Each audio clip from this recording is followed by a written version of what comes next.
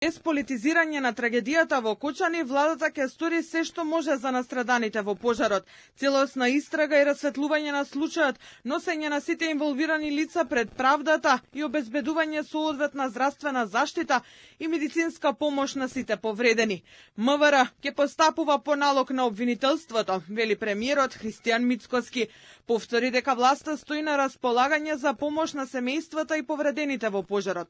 Во таа насока е и проектот кој се работи со Европската Унија и како што најави премиерот ќе биде објавен до крајот на месецов. Болката кај сите нас, а посебно кај родителите на загинатите луѓе од таа ужасна несреќа, но и оние повредените, ќе трае цел живот, претпоставам. Тоа не е сентимент кој што се губи преку ноќ. Но ние како влада имаме обврска и одговорност кон сите граѓани, имаме обврска и одговорност да се бориме за правдата и правда, како што гледате, за разлика од принципот како до сега, веќе има.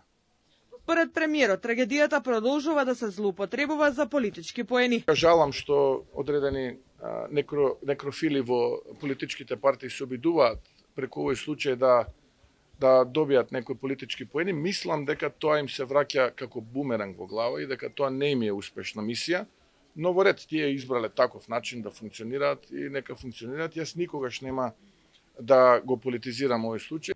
И додека премиерот повикува да не се политизира случајот, опозицијскиот лидер Венко Филипче не пропушти можност да замине за Кочани и таму пред партиското членство зборуваше како СДСМ покажала што значи одговорно политичко дејствување без обиди за политичка корист од трагедијата, а во исто време испрати серија напади кон владата токму за овој случај. Што направи власт? Прво не испорача правда.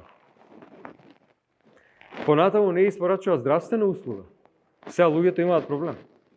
Луѓето имаат проблем и го нудат центарот Пониква за некаква рехабилитација.